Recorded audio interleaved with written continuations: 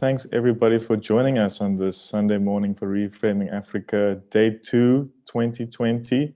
We've got a wonderful panel. I'm really excited to hear what the panelists have to say, so I'm not going to say too much. But what we're talking about this morning is the sonic as cultural resistance. And we have a long history of the sonic as cultural resistance on the continent, coming from the context where I'm sitting in South Africa, looking at struggle songs, most obviously, and even recently with Fees Must Fall, the way that songs were kind of excavated as archive and used as a way to tap into this long history of struggle by young South Africans was one way of seeing that. As filmmakers, we know that sound is incredibly important because, sound not only changes how you feel about what you see, it also changes what you see itself.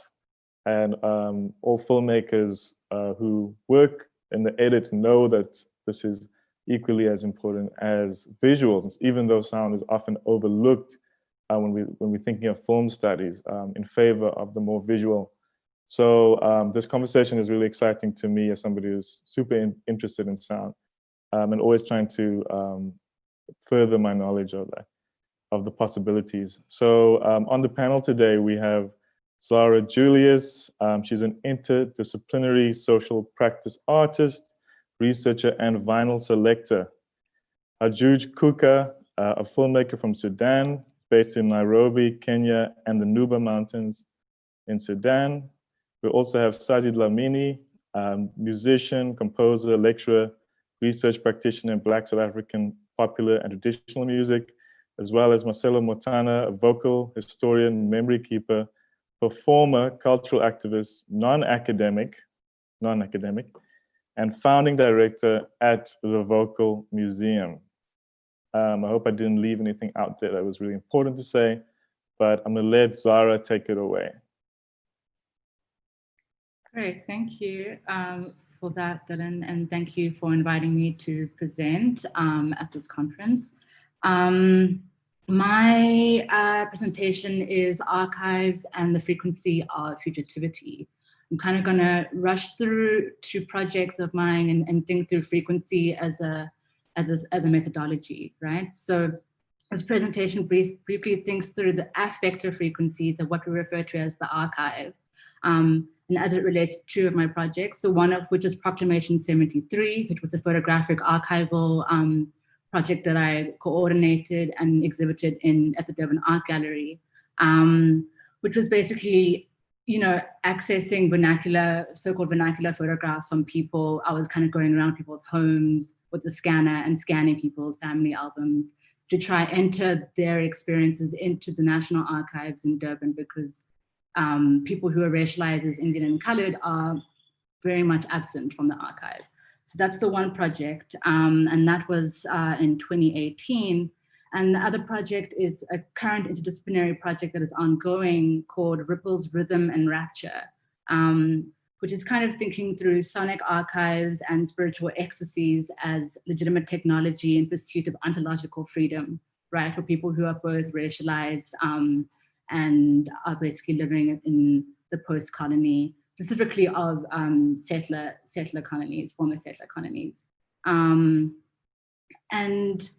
so thinking through frequency kind of started off for myself as a methodology when I was undergoing EMDR, which is eye movement desensitization and reprogramming, reprocessing therapy, right? So it's using REM as a technology or as a strategy to kind of access trauma and to reprocess that trauma. As we know, REM sleep is where we process the happenings of our days, of our waking life, and so it kind of uses the frequency between 3 and 5 hertz as a way to process trauma.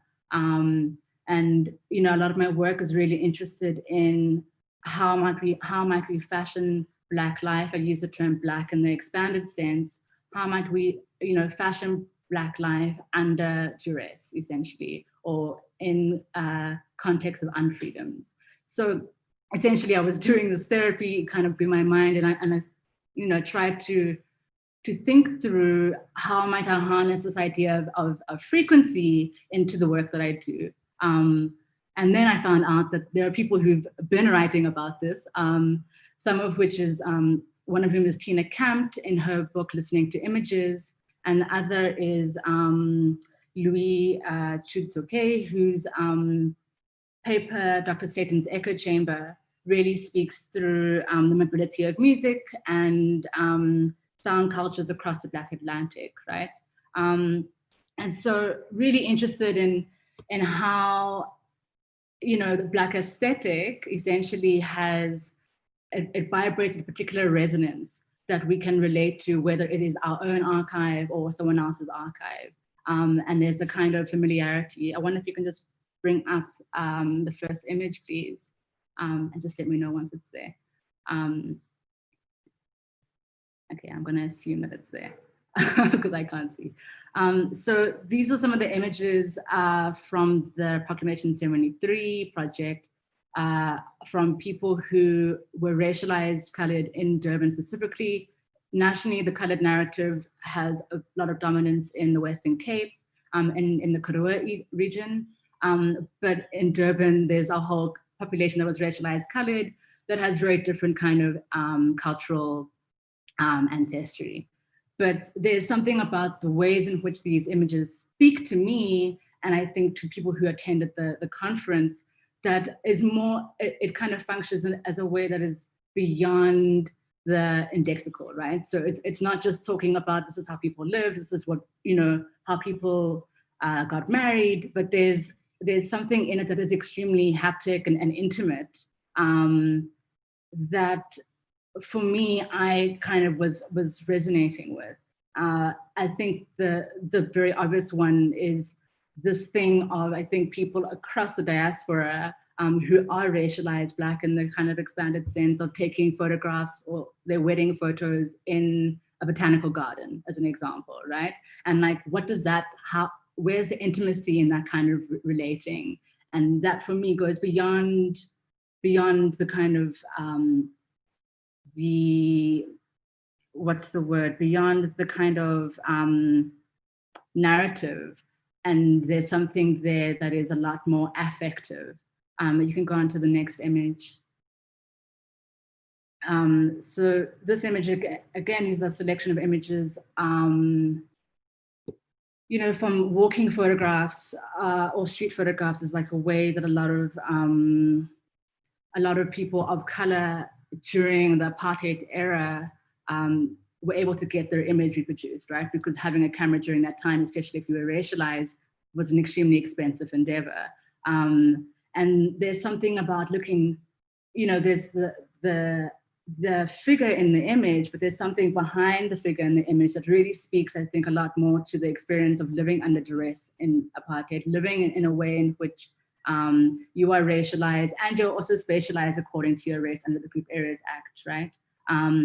And so here, I mean, the image of the man who is I suppose racialized Indian, in the back of that image, in the background, there's a Black man looking actually directly into the camera, as well as this man in the foreground. And there's an affective element to that for me is attuned to kind of listening, you know, in order to kind of access that, you kind of have to listen to the image beyond just seeing what is presented in front of you. We can go on to the third image. And so here again, you know, there's subtle details like the doily on the back of the couch. I don't know if anyone else's grandmother had doilies on the back of their couch. But, you know, there's these little moments that in the way that we presented the exhibition, some of these images were as small as A5s. And there was a room, a circular gallery with 150 images. So it really forces the viewer to go close to the image and actually listen to what's happening within the image and kind of engage with the frequency, the affective frequency or the resonance that is, yeah, that has in itself a legitimate kind of, it has like it is, you know, beyond what is written and what is spoken, but it's also a legitimate archive of knowledge through this thing that is untangible and that has a particular effect on the body, right?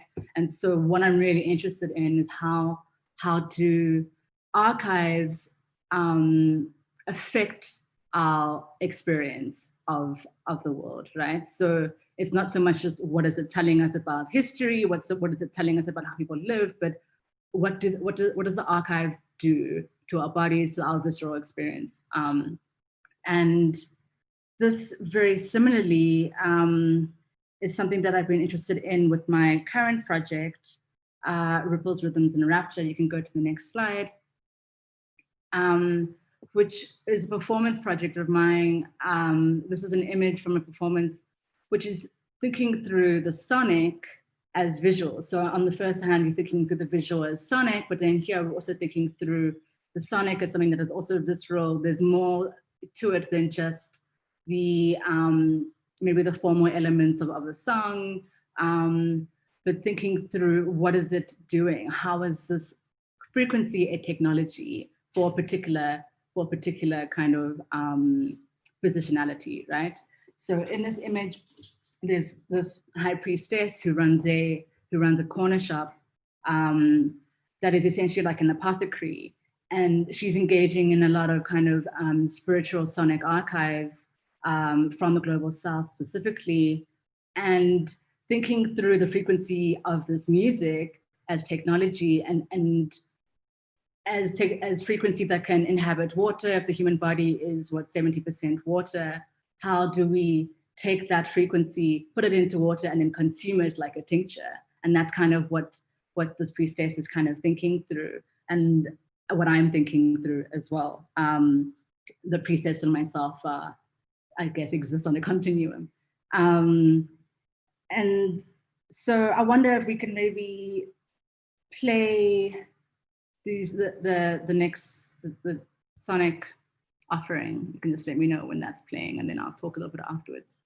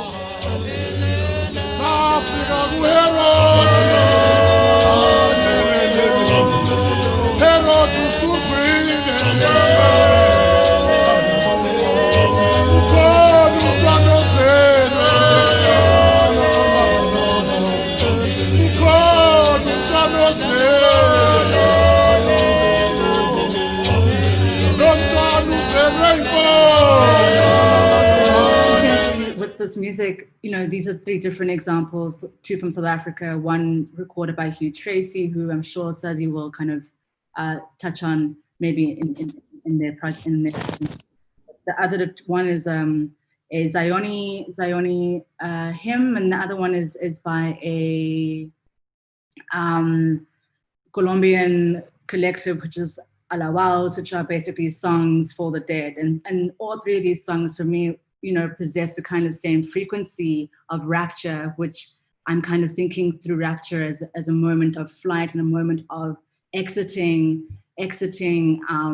these experiences of unfreedom that we find ourselves in as people who are racialized and dealing with coloniality in the everyday, right? And so how can frequency articulate these brief moments in the ever unfolding temporal world as propositions for breath and breathing and flight and fashionings of self in the context of unfreedom?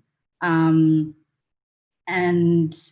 yeah, and flight, you know, being something, or flight kind of associated with what I kind of think of as marinage, where it is an ongoing practice. I don't think we're at a place where we're remotely free as people who are racialized on this planet, especially in settler post-colonies, right? So it's this ongoing practice where you have these little moments of freedom, and maybe the little moments in the image or moments in the sonic, and the frequencies in which they mobilize allow us to kind of traverse borders and kind of undo confinement, racial confinement in some types of ways. I'm going to assume that my time is up, but yeah, so I'm just going to leave it at that, and we can chat about the complexities of that in the discussion.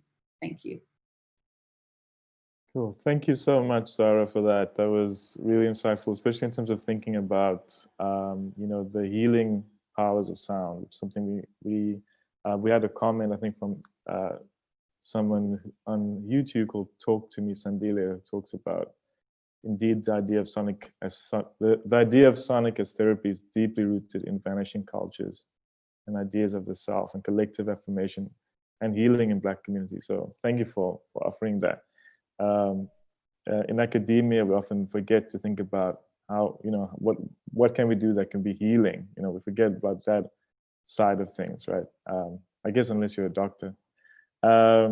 So we're gonna go to Hajooj Kuka next. Also want to say, Hajooj, so great to have you with us, and so happy that you are now out of prison and free, and also all of your comrades as well. So thank you so much for joining us and making the time when I know you probably have a lot of things to deal with right now.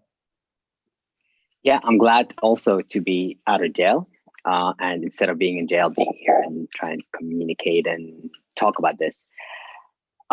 So let me see. I mean, I'm not an academic at all. So what I wanted to do with creating films and everything was, even beyond that, is talking about resistance, resilience, and identity. And I think those three themes are what I find myself dealing with all the time.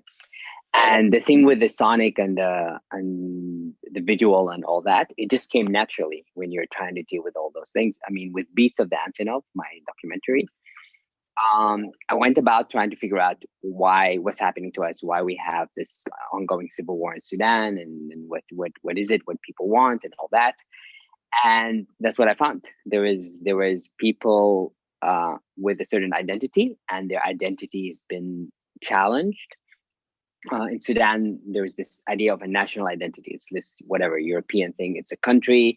People need to have a common identity and whatnot. So the founding father at the time tried to come up with it, and they decided because the majority of them were Muslims, it's going to be Islam, and because Islam is written in Arabic, people need to know Arabic, so it's an Arabic Islamic thing. And with the religion came all this culture of how you should dress, what you should eat, and all that. So that was enforced on these people. And these people, when they wanted to fight back and resist, the main way to resist is, one, clinch onto your language, and two, clinch onto your music and the way you dance. And the biggest thing I found when I was in Nuba Mountains, where there was this war that was going on, and the Antonov is this Russian cargo plane that can drop food or they can drop bombs. So they were dropping bombs in Nuba, bombs dropped by the Sudanese government. And what I found through this resistance, what really mattered is actually using music, because the more you clinch onto your identity, the more you clinch onto your music, the more you clinch on to the way you dance and your language and all that, you win. So the way for them to win was to just go deeper into their culture, go deeper into their music. And the amazing thing about it, it was also fun, and it was also a way that made them super resilient and made them be able to deal with all the trauma that was happening communally. So that's when everything connected, and it actually just kind of connected naturally, talking to people and whatnot. And the idea of the visual and the sonic matched really well. I mean, it's just music and dance and the colors and the food and everything, just actually, it's all one. So if you were trying to remove one of them, it doesn't really work. And that's why within the film, I didn't use any music from outside, and I made it a point not to use music to manipulate emotions and whatnot, because to me, the music was so real that it just needs to be the music from the area, the music that was related to what is happening. So, and that affected me a lot. Just like whenever I afterwards watched any film or anything, and music was used to manipulate my emotions, I actually understood that so much, and I actually started resisting it, being like, whatever. Like, okay, you can make me cry, but this is not what it really is. So this idea of the sonic and the visual became to me like this. The strength of it was very obvious for me within that. And then let me move a little bit further. Other than Beats, which is Beats of the Antonov, is just specifically talking about music and dance and resilience and identity. It's very then. And I went to the Sudanese Revolution. And when the Sudanese Revolution started and we had the sit-in, the moment you walked into the sit-in, the first thing you heard is people got stones and they were like hitting this metal post. I mean, whatever, the advertisement, big advertisement posts. And that was the heartbeat of the sit-in. So the moment you moved in the beginning, you would be annoyed. It's like, that noise, I can't sleep at night and stuff. But after a while, it became like, it's the heartbeat. You need it. And the moment it stopped, we knew we were in trouble. And that was when the massacre happened on June 3rd. So it was this heartbeat of the sit-in. And then after a while, you start loving it. It's like the heartbeat. And you always pass it every day. And you always, different people just sitting there all day, just banging randomly with different beats and different rhythms and whatnot. So the sonic was the first thing you knew about the sit-in, even before you just come getting into there and you're hearing the sound and you feel satisfied. So to me, that was super important. And also the idea that it's sonic, but it's not just music. A lot of times people like associate the two, but it's to me, it was all these soundscapes that identified the revolution, be it the beats of the bombs dropping, the people, the heartbeat. There's all these sounds that identify what this is. And then the music is the easy one. The music is the resistance. Music is the words, the rhythm, the chat. Like in Sudan, when we come together for a sit-in or whatever, after a while it gets boring. I don't want to hear the politicians talk. I don't want to hear the revolutionaries talk. I don't want to hear anybody talking. But it's always fun to have the call and response chants, and a lot of the messages are in there anyways. And those calls and response, they're amazing, they're exciting. Everybody is part of it. It's not like one person talking. So having this communal music and communal sound is super important. So, I mean, with most of my work still is about the revolution, because we still have to resist. I mean, I hope one day I don't have to resist and I can move on to explore other things. But with that, there's always, with the resistance, you're always you're getting this the importance of the resistance and the resilience and the identity and all that, and the shifting. And to me, it's always, I take those first, and then in the end we have conversations. And I actually cherish conversations, but always after having this amalgam of sonic and visual. The other thing that, because we're talking a lot about archive, is we have this crazy amount of stuff. Like, it's during a sit-in or during my time or during recording and doing it, everything, you're just taking it in, and there isn't enough time to realize how amazing it is. And it takes a while later to just like sit there and then listen to it and understand what it is and what you're telling visually. A few days ago, somebody was talking about one scene within Beats of the Antonov, and this is a person who has seen the film a couple of times, and it's the scene where the soldiers are going to war, and there's the ladies, the girls, and they're sitting on a bench and they're singing. And the song they're singing is about, they gave you the boots to wear, they're too big. They gave you the army suits. So they're talking about somebody their age, a teenager, a young teenager, who's being sent to war. And they're saying it in a way, if you're just hearing the music, it's not sad, but it has that sadness to it, but it's also still encouraging that we have to do this, we have to go forward. So it's like this weirdness within the music, and then you see the soldiers going to war at the same time, and it ends with somebody getting killed. So it was like somebody who was watching it, and they were like, it's the first time that I noticed the contrast in that. And the music now, they sew, by actually hearing the music and hearing the words, they sew the visuals differently. So instead of being this people going to war and it's great, it became, this is not that cool. And so that's the talk of like the whole visual and sonic. I would want to stop here and hopefully give it later for more conversations and discussions, which I like more. Okay, thank you so much, Hajooj, for that. And yes, and that is a very powerful scene from the film. For anybody who's interested, the film is available to stream on Vimeo on demand, if I remember correctly. So you should be able to find it pretty easily. It's highly, highly recommended, especially when you're interested in the sonic and sound and documentary, and just generally looking at kind of what documentary could be in all of its forms, instead of the way we kind of understand documentary to be in very kind of in this kind of reportage way that we understand it these days. But Beats of the Antonov is really great in terms of pushing creatively what documentaries could look like. So yes, hopefully we'll get some time to discuss a bit further with you afterwards in the question and answer session. So thanks again for that. And now we've got Sazi Dlamini and Maselo Motana, who will be talking about their recent project, which Zara also touched on a bit earlier. I won't say too much. I'll let you guys take it away.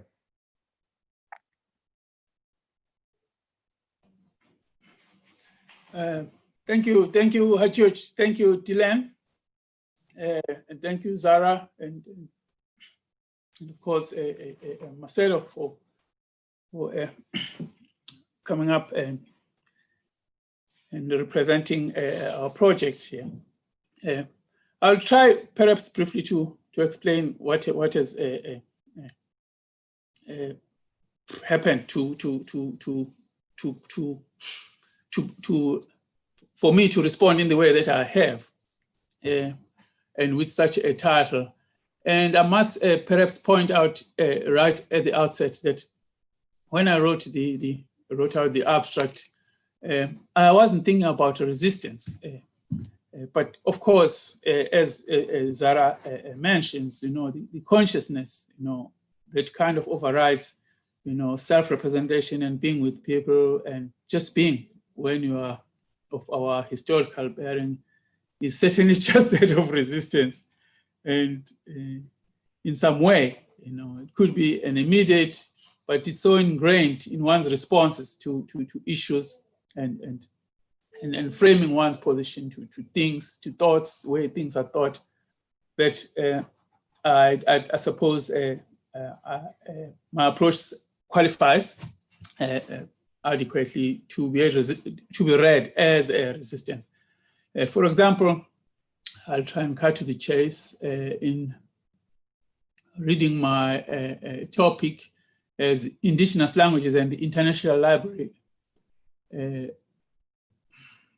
Music Archive of ILAM. ILAM is the International Library of African Music, which is a historical music archive, and that is a repository of recordings of urban and rural African music, probably since the late 1920s. And a major aspect of the library is the Sound of Africa, or Sons d'Afrique collection of recorded musical performances that is comprised of thousands of field recordings by the late Hugh Tracy, as I mentioned in passing. That is of African indigenous music in its rural and urban industrial settings. Those date back to about 1930s until, I would say, Tracy's passing in 1977. It's a massive archive at one time, because it's always in process, either being digitized, which is, I think, is the main activity in its processing, and also being a resource for much of African ethnomusicological research that is taking part, mostly by scholars outside of Africa. Hence, my engagement with the archive is, of course, as a musicologist, and a bit of training as ethnomusicology, but it's also in recognizing and perhaps articulating to the present debate about archives that are challenging many approaches of thinking and applying, the potentialities of the archive. And my own motivation is that of availing or revealing pretty much at base the contents, this archive, as a resource for engagement, not only by musicologists, but by everybody, and especially Africans. And I must qualify my saying Africans. By saying Africans, I mean everyone who's in Africa, especially in the light of what Zara said, the racialization and ethnicization of African identities, which is very much a part of the architecture of the library, and what has challenged me, first and foremost, in working from what I would say from inside, the archive, that is working on the details of the material itself. I mean, the whole archive itself, how it's set up, how it came about, is a whole other matter of deconstruction and meaning making, and perhaps some confrontation of some of the structuring of institutions to which we have to relate in certain ways, either acquiesce or debate, but that is nonetheless very relevant in how what we find inside the archive is used and is. And so, hence, I saw the engagement of this multilinguality in the African sense, or maybe in the Bantu sense, this multilinguality of the. I saw it as a foremost challenge, in that the meaningful materiality of the archive had, in some way, it was imperative to bring to bear the meaningful materiality of the archive to the people to which the archive is talking in its first language, which is orality, and the issues that certainly had to do with people who are represented in performances that are recorded. And more than that, also is an awareness and a very consciousness that in the Africa generally and particularly, orality is really the literacy, the way histories are recorded, positions are taken, and not necessarily only an artistic way, which is individual, but in a way that from which meanings are derived as a collective.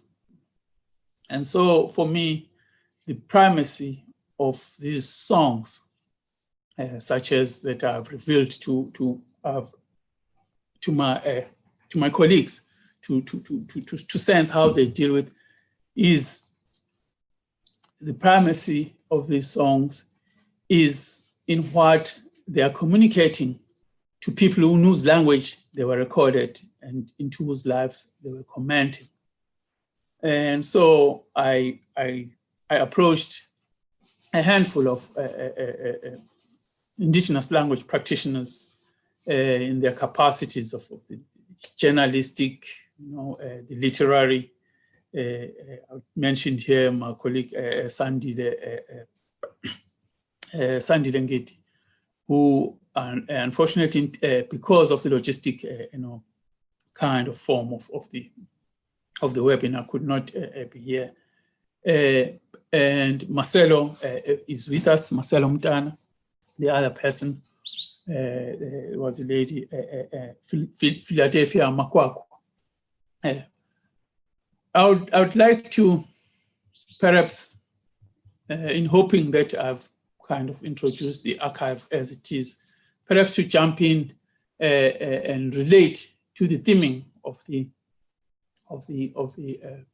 webinar as a way to perhaps introduce what could entail questioning and exchange in the way that this theme was framed and perhaps seen in a broader sense as a site.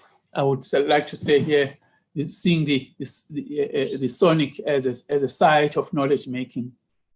And I would first try to just qualify the sonic here, that in my case it's music, which is perhaps, it is sonic in the medium, but is perhaps a step or several steps in the organization of the sonic, in that the material itself, the music, the song, is an archive on its own.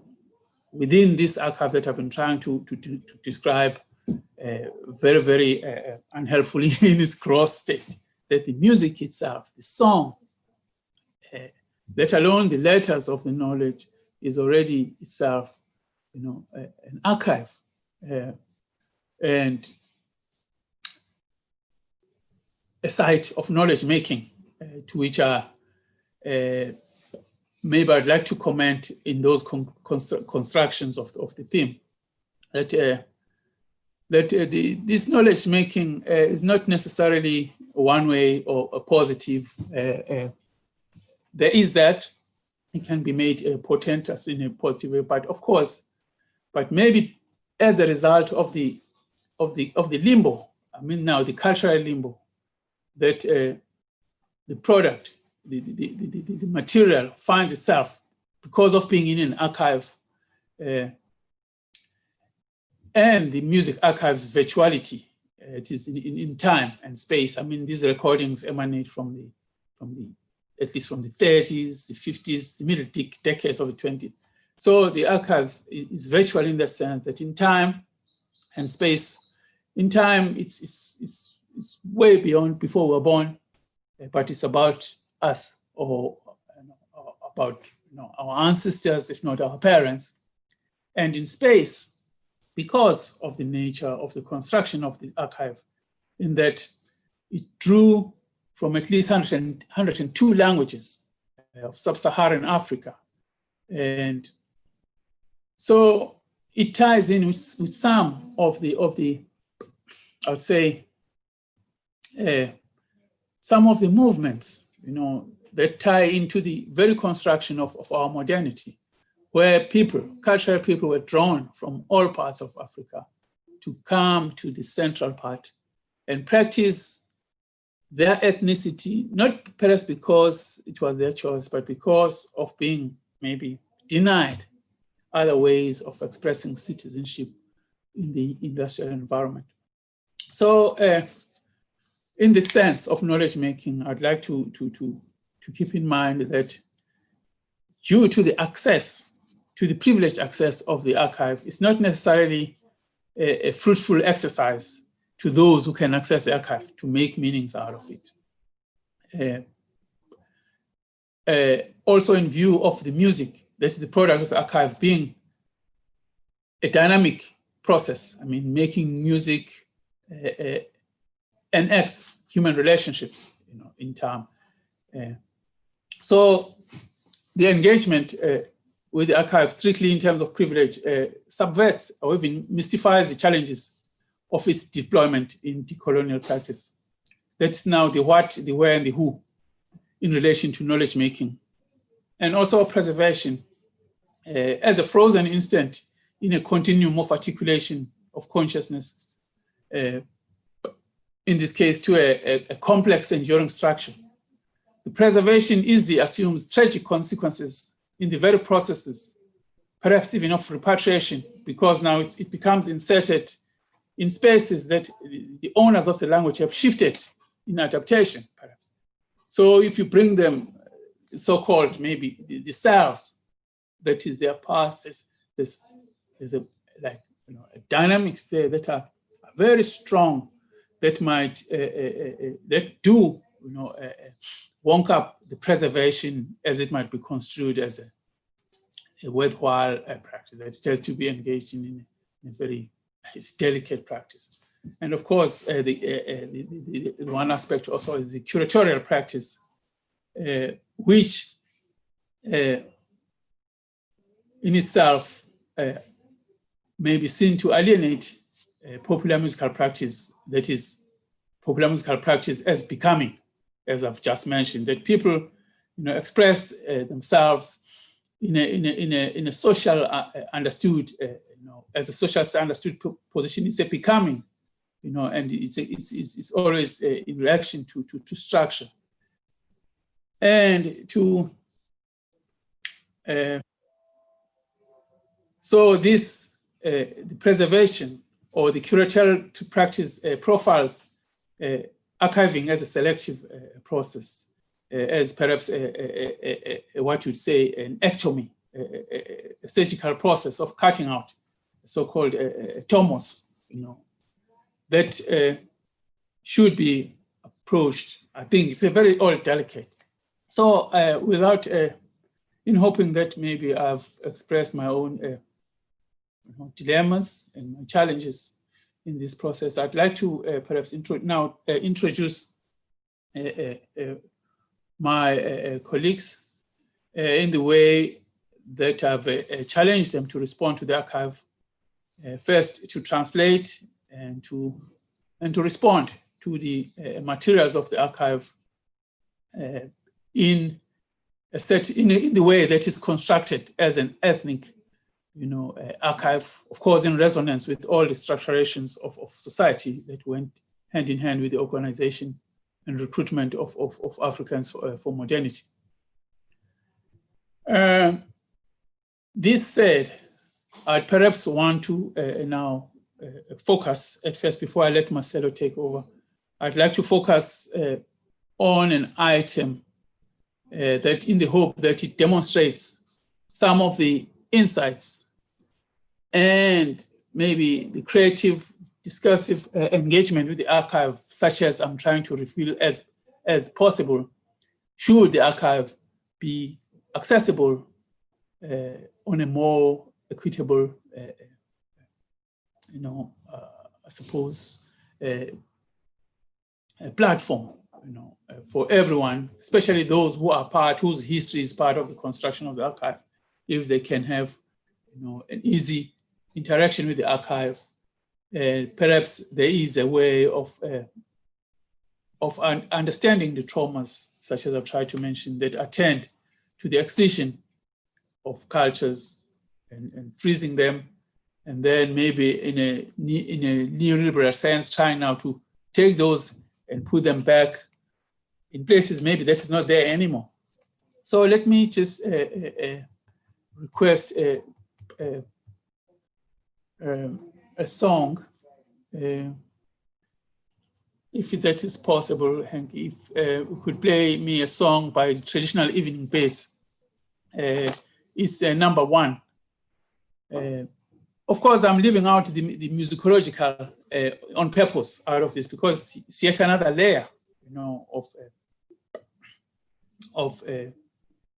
archiving, of organization of the sonic in symbolic ways that itself articulates to some ways of meaning making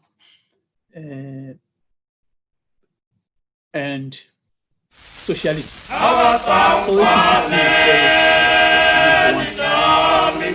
comment briefly on this, also taking up from colleague Andile's interpretation of the song.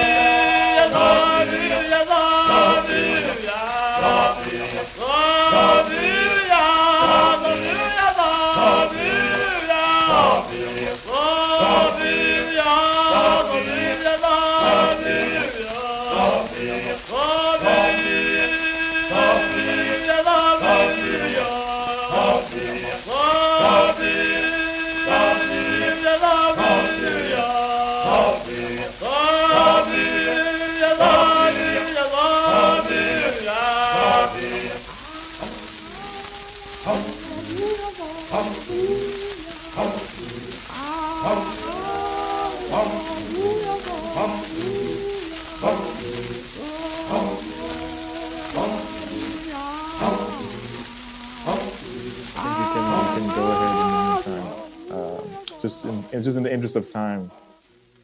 But thank you very much, Sazi, for that. Please stop the song, because I think Maselo will have her own. That will be. She has another repertoire, really, too. Thank you. Yeah.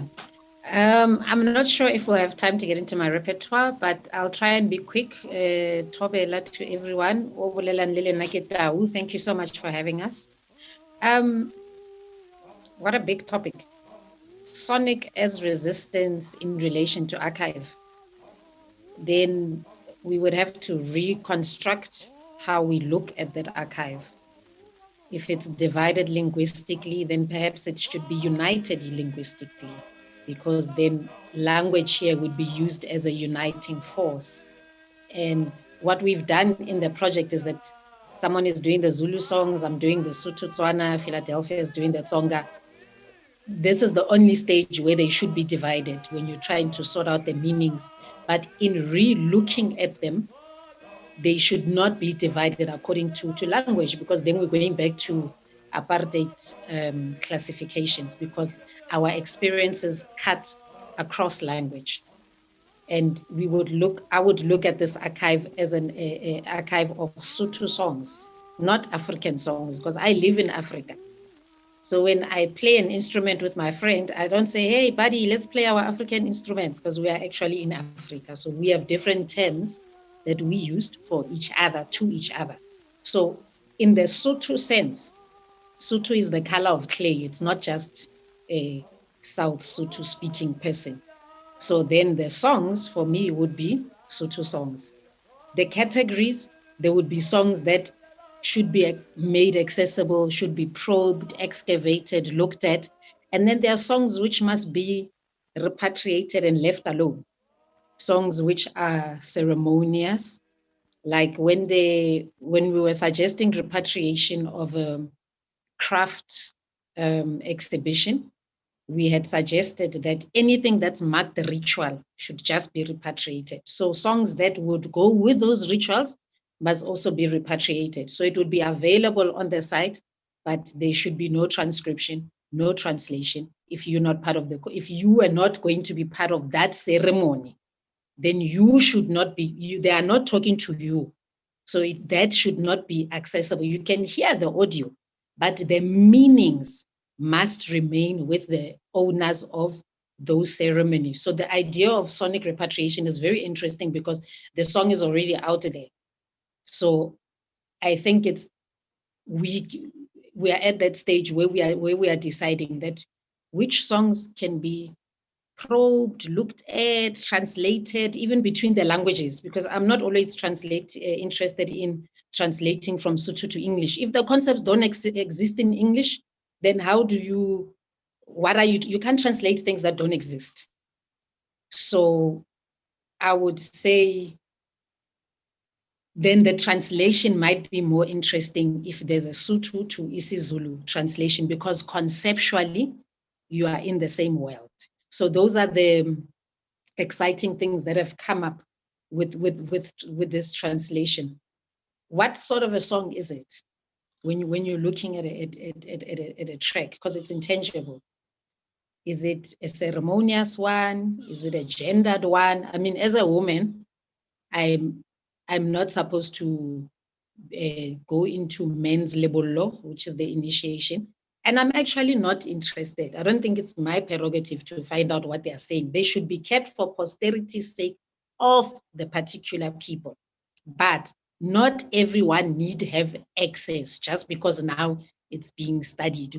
There has to be a difference when the practitioners are the descendants of those people. You can't go and harvest the same way.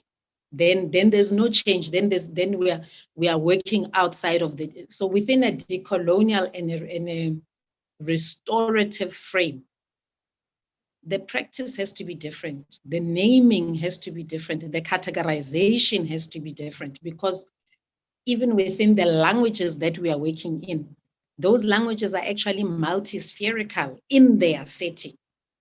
So when you said, Zara, that looking at the sonic as visceral, the language itself of the recordings you played, they are already multi-spherical. So those are the things that we have to take into account if we are going to reframe the archive. And I'm particularly interested in this, which songs are Guijoras. We've decided to use Guijoras because of Amagwijo. We could have gone with Malopolaceous because of Malopo, but genres like Malopo, Magwijo should not be tampered with. Yes, they can be available to the public, but they have to be respected. Otherwise, we would simply be regurgitating the very harmful practices that scholarship of cultures has already produced. In terms of out of the songs that can be made available, that the recordings we looked at was Daniel Marivate's Wena Boy, and another one called Hakesitlatla, and they're both speaking about seeking permits. One is looking for a permit to leave the mine compound to go dance in Sophia Town, when his counterparts are going to do the mchongolo at the mining showcase dancing, but he's a Dapper guy, so he wants to go to Sophia Town. And already we start seeing this split of the dandies and those who are still more rural. And there are people who can play between the two. I'm not sure why we tend to have this either or. It has to be rural or urban, when there's no such, because in your family practice, you are always both. You can live in a township, but at some time you must go home. So there isn't really a line between the urban and the rural, between tradition and culture. Like what I'm wearing, it's a German cloth. It's become tradition. So where was the line where it was first a foreign thing and now it's become, if someone says come wearing tradition, this is what I pull out.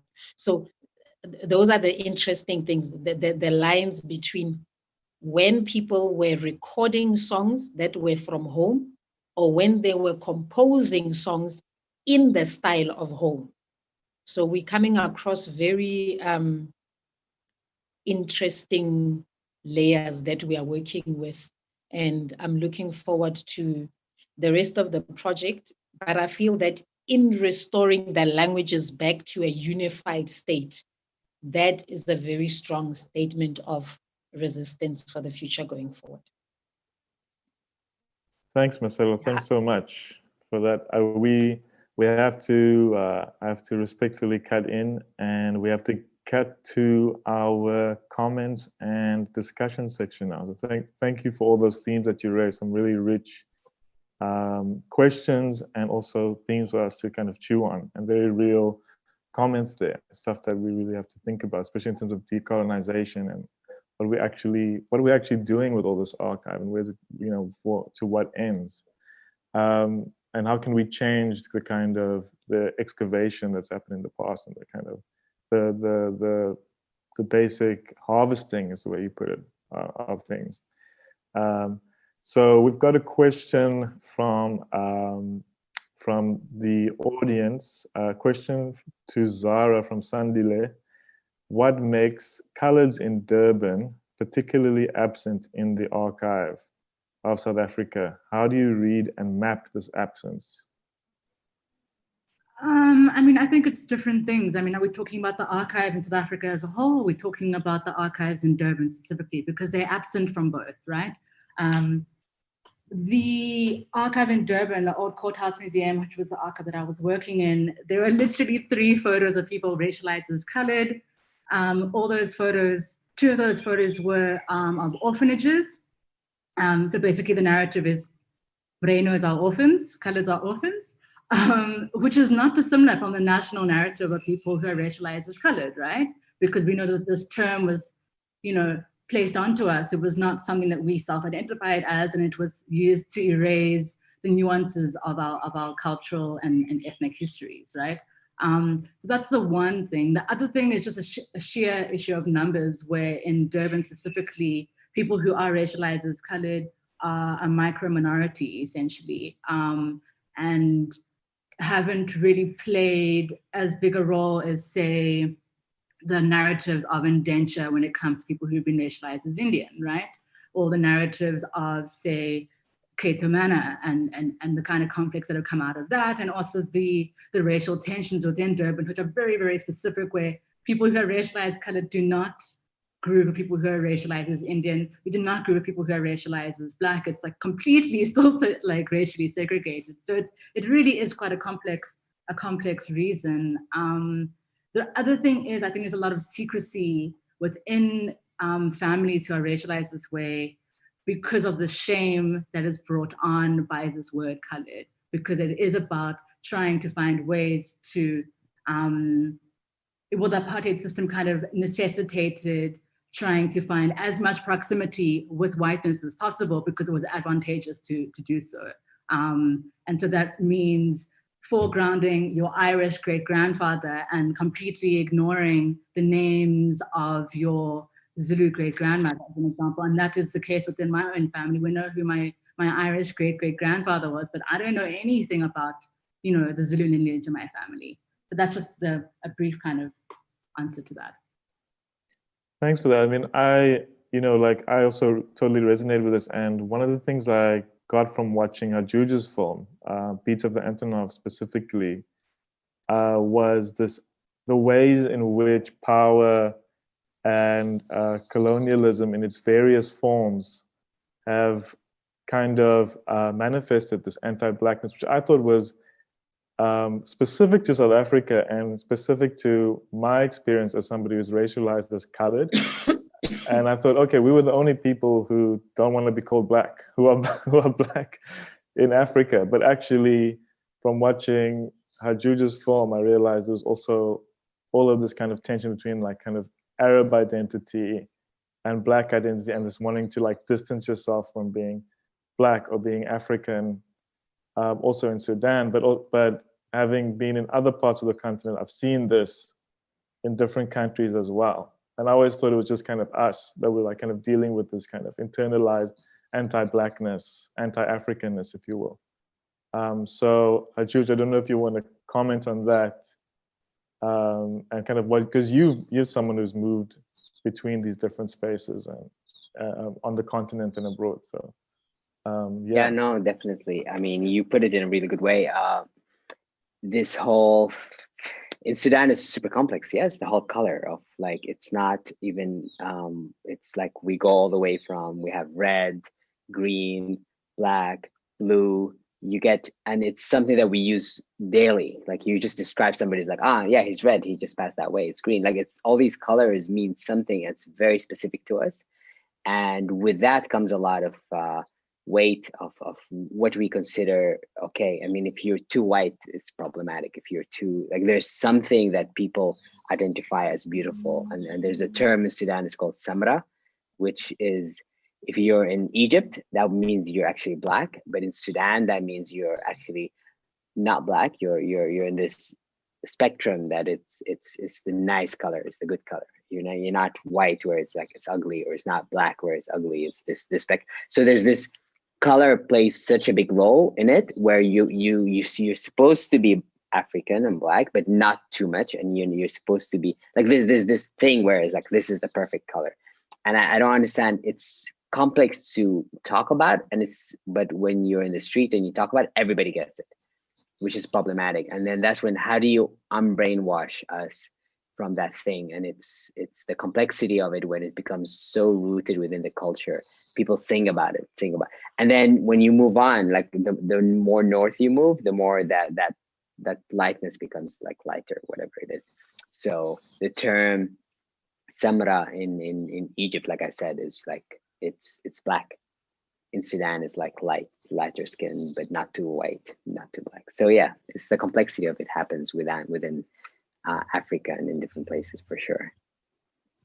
And this actually leads us very well into our next question, which is for I think anybody in the panel. It's not addressed to anyone specifically, but the question is from Candice Jansen from Market Photo Workshop. She says, what has to be unlearned by the sonic? So coming back to the sonic now, what actually needs to be unlearned by our work in the sonic and archives and all that stuff? So anyone can go ahead. One thing that Maselo said that hit me really hard was that not everybody has to have access, and some things shouldn't. To understand them, you have to actually, I guess, be from that culture, or spend the energy of being in that culture to understand them. So to me, that hit me really hard, because part of creating documentaries is allowing people access. And I always had that issue when I'm translating. How do you translate? There's some things that are hard to understand when you deal with them. So to me, that when you're like, what needs to be unlearned is just like, there's some things that is not going to be understood until you're part of that culture. And this whole idea of to understand them, you have to project yourself into them, because if I take them into something that Sazi said, into maternity, it's not going to be understood. To actually be understood, you need to move yourself there, so you can't see from your own perspective. So I think there's that thing of, we don't have to get it into our world to understand it. We have to go into that world. So I feel like that's the first thing that comes to mind when I hear that question. I think just following off what you're saying, Hajooj, like there's also like the strategy of concealment is like super important across the African continent and the African diaspora, right? Like, we've concealed our practices in order for them to survive, right? And then what happens when we expose them? They land up on like Louis Vuitton runway shows, as an example, right? And yeah, I think like concealment and trying to think through, I don't know, for me, like the concept of like maroon society becomes like a really interesting lens through which we can understand exactly what Maselo was saying and what you've been saying, Hajooj, is, where you're running away from the proverbial plantation in order to build with your people, and your people will understand if they're your people because they will understand the things that you're producing within that context, right? Which is where I guess like this thing of frequency comes in, is like, through being so-called urbanized Blacks, like the languages, whether it's my Khoi ancestry or my Zulu ancestry, or even my Lithuanian ancestry as an example, like the languages have been removed, but the frequency is what allows us to still access the potency, I think, of these different archives, for lack of a better term. But maintaining concealment, I think, is imperative. Concealment can look like different things as well, and like reminding ourselves that concealment might look like not translating things into English. And if you resonate with it on a embodied, visceral level, then aware. If not, then it's not for you, And I think like that is it's something that I've been trying to kind of think through, which is really hard because there's obviously also there's also relative privileges, there's relative ways in which my own existence is also violent. You know, it's obviously a super complex thing to navigate, but I think there's something in concealment that I think is super powerful. I think the less, I think we need newer practices. The old school nature of being obsessed with writing everything down, being obsessed with explaining things that are not your business, being obsessed with taking pictures of ceremony, like we just need newer ways and stop relying on these old harvesting methods. They are not working anymore. And knowing when to respect, when to draw a border, you know. But I think the nature of scholarship pushes people to act like Moffat and Livingston. It's like you're still a missionary, you just have the same color, you know. So I think there's a very thin line, but that practitioners need to be honest with themselves. Like when Sazi recruited me for this process, he had a list of writers, and I said, this one can't come along. They only write in English. Why must they be part of the process if they are not literate in their languages? So being honest about your intentions and your capability, and knowing when to bring in someone from the community. Don't be a takeover, but I suspect that the training is a problem. So unlearning half of the stuff you've learned and making space for the communities that you claim to be interested in. That's what I think. Thank you, Maselo. I just perhaps in trying to address Candice in a specific way. The sonic for me is also a construct. It's such a gross term for some very nuanced processes, the attendance to which needs a very much sober approach to can learn or unlearn anything from the sonic would need starting from the ground up. It's a spiritual thing. Sonic means vibration, number one. We speak, we use the sonic. Language is a sonic. Relating the tones to make music, to make a sensibility in sound, already curating those sounds in space is a sonic. So maybe the thing is to read the sonic as a very vulnerable and a sacred terrain to which we have to enter really, it's a temple, you know, the sound, you know, that we should be entered, especially with our experiences, that we should enter now with our shoes off, and to also to honor it as perhaps the only medium we have of communicating to silence, you know, or I don't know, I have also the idea that we think in sound. I don't know. That's what I think. We think in words, and words are sound. So I think really rather than to unlearn from the sonic, is the thing to learn from the sonic, maybe to unlearn ways of consuming. That's what the word with me, that a lot of our practices take off from consumption. We are consuming, we are consumers. You know, our learning is about consuming knowledge we have no use of, we can't take anywhere. And we can't take to any depth or clarifying ways, especially for subjects from whom we've taken.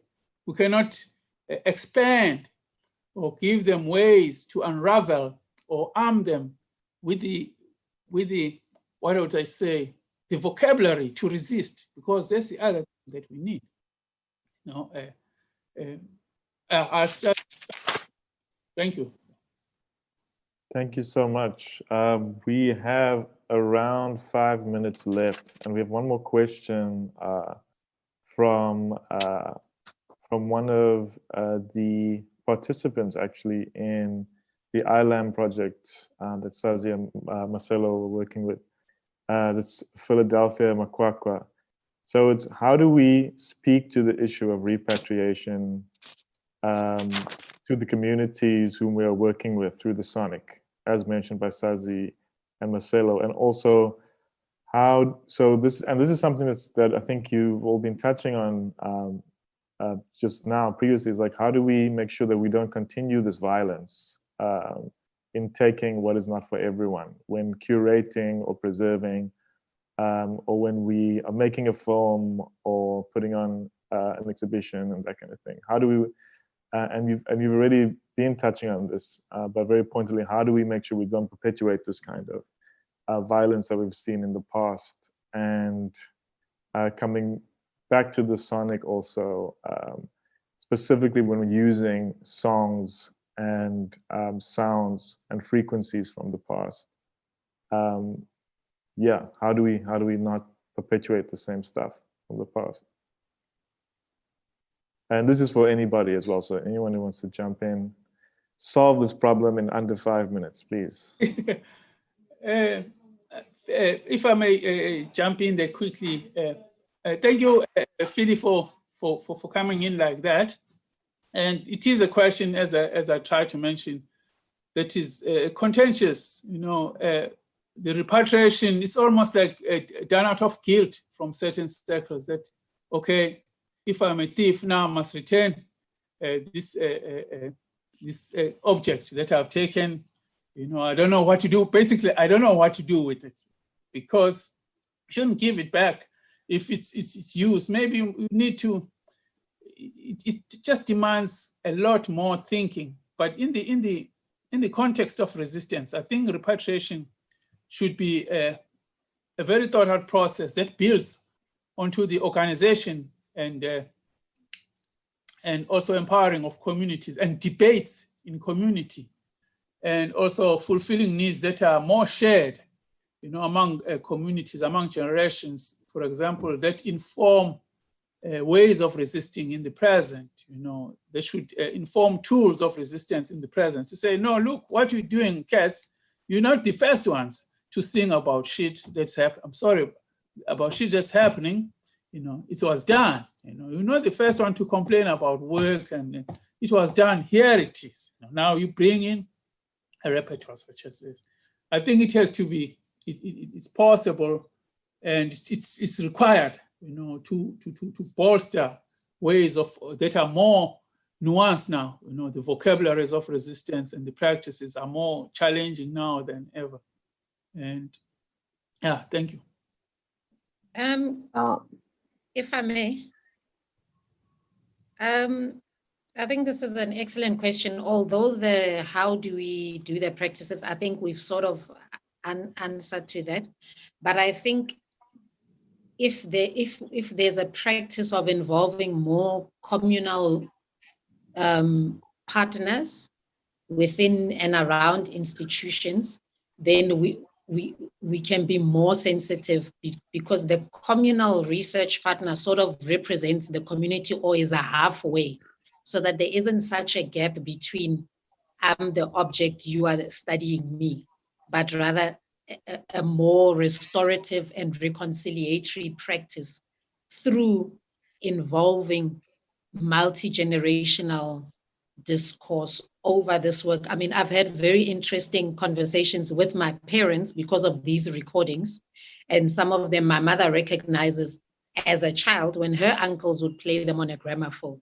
So, but without talking to my mother, all I have is Google and South African history online, you know what I mean? But the more we bring in the communal aspect, I think then we'll have less careless practices around studying other people's cultures or our own cultures.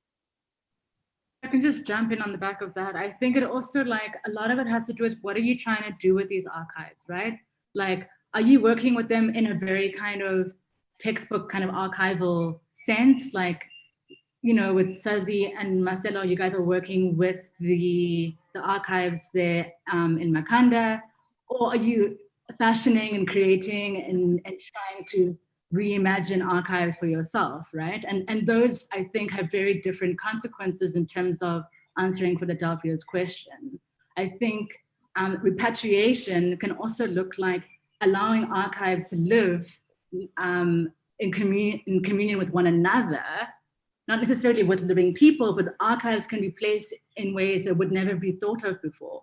An example is placing Amazayoni next to, Afro-Colombian communities where the musical lines are like super, super direct. You don't have to kind of imagine too far to understand that there's a really, really clear link sonically, right?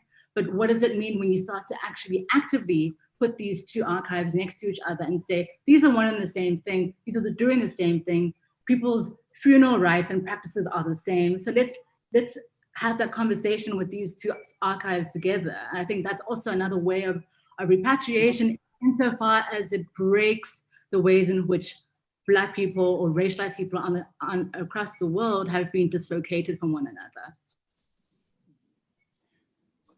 Yeah, I agree, Zara. I agree very much with what you say, because like I was just saying that we haven't even begun to talk about the music, the actual, material of music, which are much deeper. They are more spiritual. What I'm sensing, what you're saying, we're actually talking about diasporic relationships. The spirit of the sonic in the diasporic realm, where the music of Colombians is still ngoma, where the Zionists are ngoma, with Christianity, where ngoma is the basic religious couching of indigeneity. That's found its way to all diaspora, to India.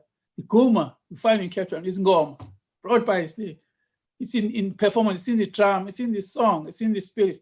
So those are perhaps other levels of the way the archive can work, in encountering its material, because in the archive, the material doesn't encounter each other, but it encounters us in discourse, as we it out and pose it.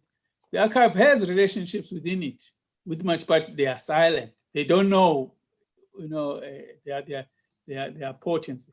Also, in answering to Maselo, that the institution, much as an alienating construct at the base, has this potential to inform ground activism of communities with access. The materials that are there can readily inform the growth, discursive growth of communities, oral, debates on the ground, if such materials was available in these ways to inform debate, and morality as a way of practicing remembering, Hearing all this, what excites me about it is the idea of having this conversations across cultures, and by that, the idea of like what everybody is saying, the resonance of frequencies. We have these archive read and heard and talked about by its people, its actual descendants, and then having the conversations across cultures, and then using this whole idea of reimagining and projection. So that would be exciting. Having that kind of conversation across cultures by its descendants makes a lot of sense. Okay, go ahead. I just got excited about it for a second. No, that's great. That's what we want. We want to stay excited. It's a good note to end on. Unfortunately, we ran out of time. I think we could have gone on for another hour. But unfortunately, we have to wrap up now so that we can set up for the next panel that's coming up. So I just want to end off by saying thank you so much to all of the panelists in discussing all these themes in terms of sound, resistance, decolonization, archive. And I really loved Sazi's quote. It's going to stay with me for a while, which is, "We think in sound." And I'm going to take that forward today, and also thinking about all the frequencies that we can tap into in the past, even that can allow us to tap into previous, into our ancestors and into our lineage. And we should take that going forward in the work that we do. So thank you so much to everybody. and hope to see you all soon, not inside of a little black box, but maybe somewhere in the real world.